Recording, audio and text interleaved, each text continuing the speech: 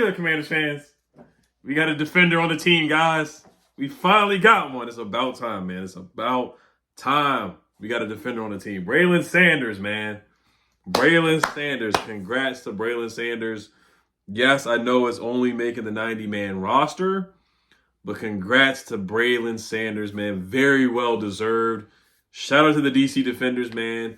Former DC Defender Braylon Sanders, who may still end up playing for the DC Defenders again next season if he gets released or doesn't make a team, which most likely he will not make the roster or, make a practice squad. But this is this is a step in the right direction for the DC Defenders and for the XFL UFL League to have players get an opportunity and play.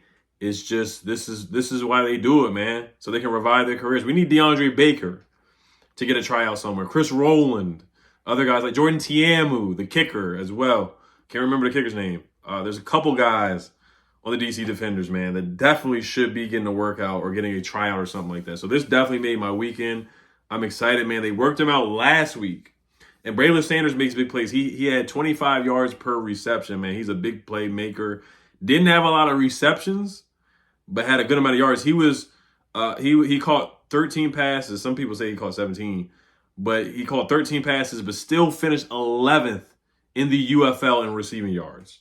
11th in the UFL in receiving yards. So among his 13 catches, he had 76 yards in one game, 54 yards in one game home. Among his 13 receptions were catches of 76 yards, 54 yards, 42 yards, 36 yards, 30 and 23. He also had a 30-yard reception in the UFL championship game where we brought the belt out against Michigan. We brought the belt out against Michigan in that championship game. So he's a dog. 26 years old.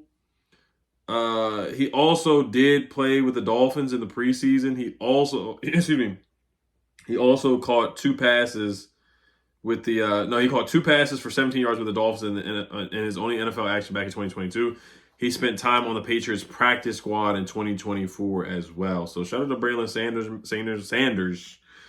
He had a really solid season. I thought he was the best receiver. I know Chris Rowland had a heck of a season last year, but I thought Braylon Sanders passed the eye test. Like he just had the best the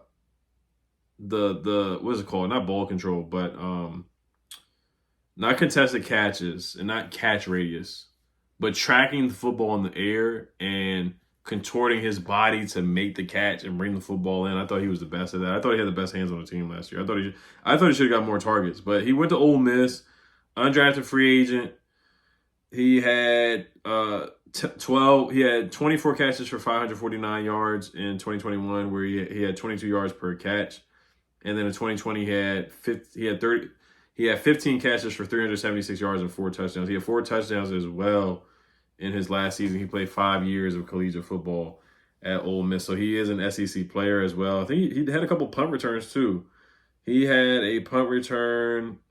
He punt returned twice in 2021 for 31 yards, 15 yards per punt return as well. So he has some punt return experience. So they may put him back to return some punts too, man.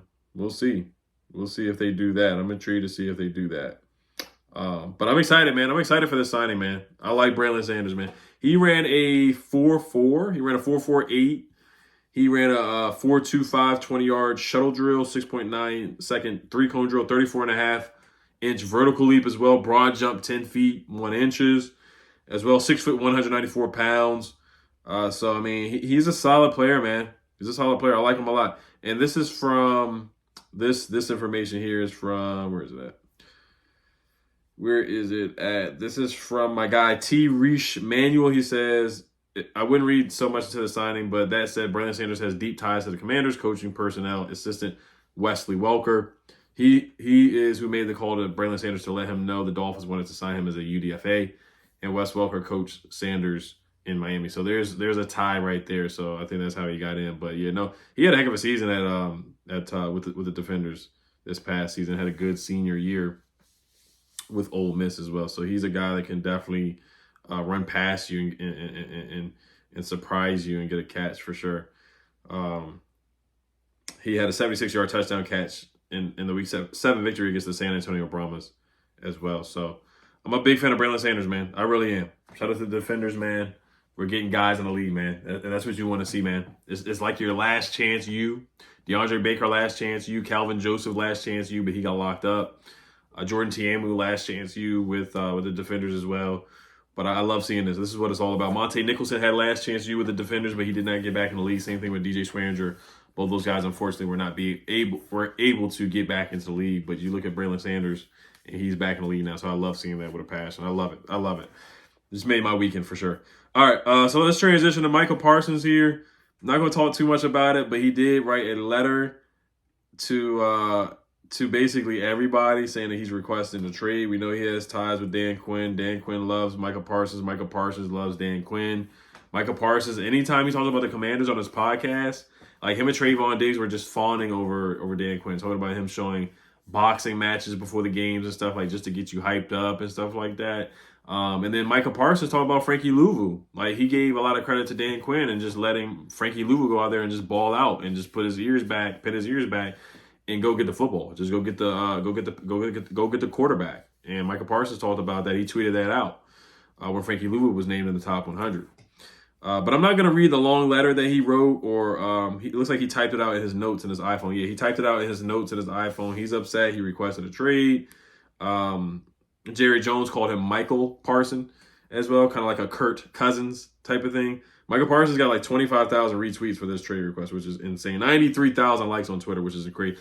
12 million views so far on Twitter. Micah Parsons has. That is insane. That's insane, man. Like, I know he's going to go on his podcast.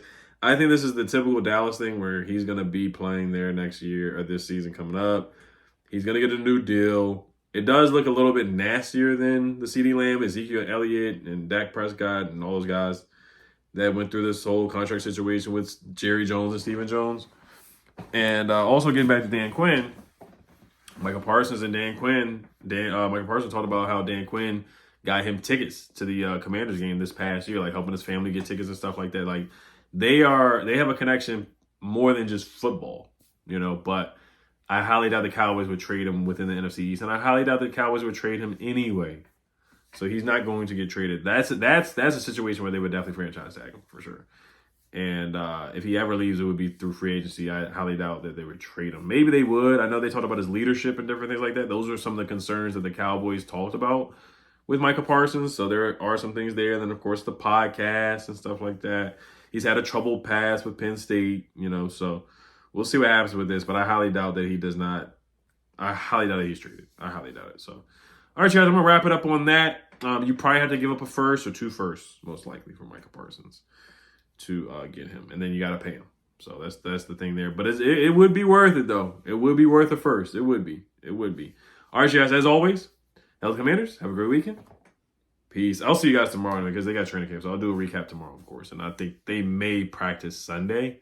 So I'll definitely see you guys again. But have an awesome Friday night. Health Commanders, peace.